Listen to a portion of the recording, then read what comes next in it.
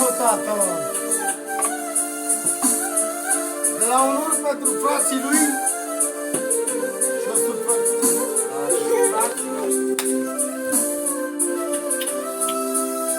De la onor fratele meu care nu mai văd. De ceva timp.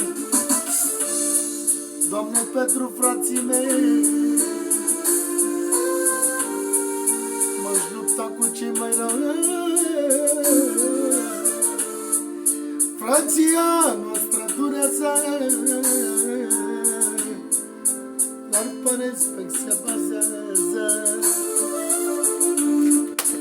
Doamne, ce frați Tu mi-ai dat, sunt ca ochii mei din cal. Cu bine dați încercat-o, v-ați dat la forțele NATO. Gianni al meu, regele meu, măi, Doamne, ăla e sufletul meu. Să recunoscă lumea, să recunoscă lumea, frații mei sunt viața mea. Ia uzi! Măi, Doamne, cu onuri este prea greu să ajung până la Dumnezeu. Stați cu minții în banca voastră, nu vă luați cu lei de răsă, nu vă luați cu lei de răsă. Pentru Gianni, mă, să moară familia tot. Gianni, Să moară cu mine. Gianni, să moară mama! Poate dacă nu mai există. Lele, hai. Doamne ajută.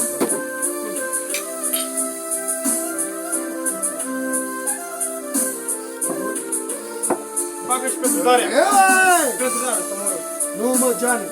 Și forța mea ta. Frații! Frații! Frații! Frații! Onor și asult. Wow, pentru toți frații mei. Pentru toată familia mea.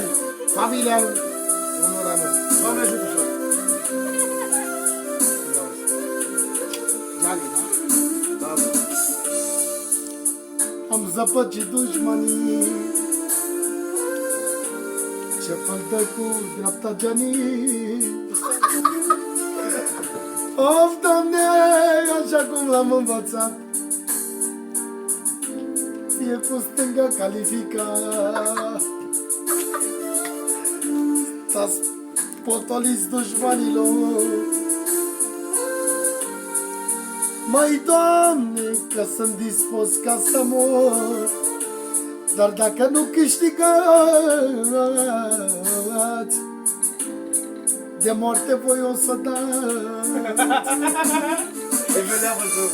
Vă promit moarte frumoasă. Oh, și chiar la voi în casă. Chemați-mă să vă dau mare. Ai sunat meu are valoare.